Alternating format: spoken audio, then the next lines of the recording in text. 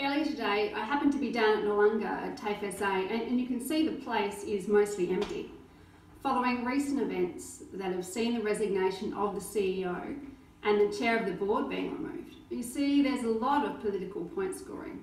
This comes from state members, federal politicians, unions, other parties that all have something to gain. And it's all very well that the chair has been sacked, but what other boards is he on right now, and who else is he on them with? The media are all over this story, trying to get a good angle on it, and the sad truth is, every South Australian will pay the price for what has happened. It's important that individuals who are responsible are held to account for the damage that they've done to the state, the pain that they've caused to students and to staff. This organisation didn't cause this problem, it was people. And if you are to make good decisions about what to do next, you need to look at what is going on here and see venues like this empty. You know, South Australia may be seen as a soft target right now. They're politically vulnerable with elections approaching. And this means that there may be pressure on the government to spend more money opening up campuses and refurbishing ones like this one. But before we spend money on this, there are a couple of questions we need to ask ourselves. The first question is, did the recent ASQA audit note the buildings were inadequate, substandard or unsafe? Well, if the answer is no, then we need to look at what needs fixing first. And when you weigh it up, it's probably not the buildings. Before we get to the second question, let's quickly discuss our concerns with the processes being used in attempting to fix these problems. Because you need to remember that TAFE SA has had an internal task force, and they must have had a significant amount of money, and they failed to fix these problems. I guess this is why the state government has contracted a Victorian firm to report on the state of TAFE SA. Many of us will be questioning this decision, because when we look at the capability we have in South Australia, we know that South Australians could be working to address these problems.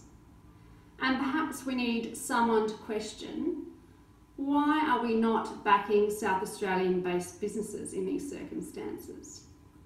You know, if you really want a high-end consulting firm, then every one of the big four have got offices here in South Australia. And even if there was a concern with PwC, for example, because they're a skills service organisation, maybe that is perceived as a conflict of interest. In Adelaide, there still is KPMG, EY, Deloitte, a number of small operators with more than enough capacity, and they've got an international reputation, highly capable of addressing these issues.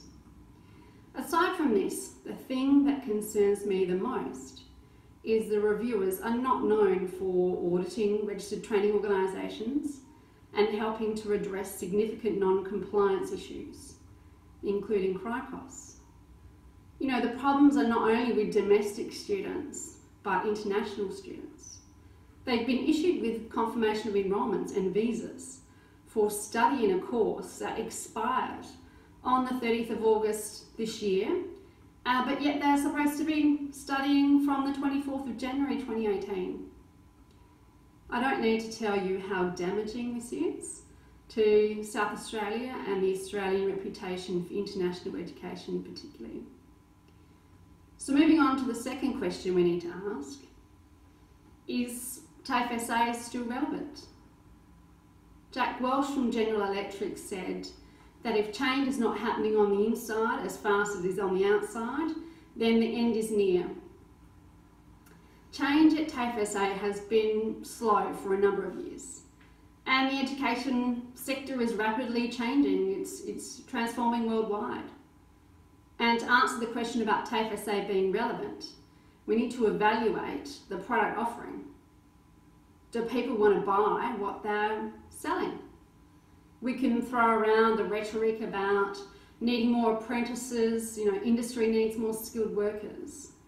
But the reality is, individuals have to sign up for courses.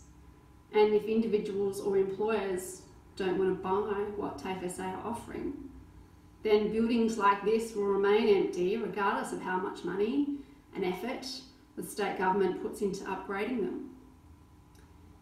As a South Australian, the most disappointing thing is the fact that we are applying, so many other innovative approaches to many things. Energy, for example, we're becoming world leaders in battery storage and residential solar. We're encouraging entrepreneurship. There's amazing stories being shared about the work from innovation area and local startups. There's gig city initiatives. We're transforming our city through connectivity. Innovation with creating the Tonsley precinct. It has more people now working there than what Mitsubishi did during peak production times. The opportunity that exists, and by the way, I'm predicting that this is the line we're going to see from government and others. There is a problem, but more importantly, there is an opportunity for system-wide change.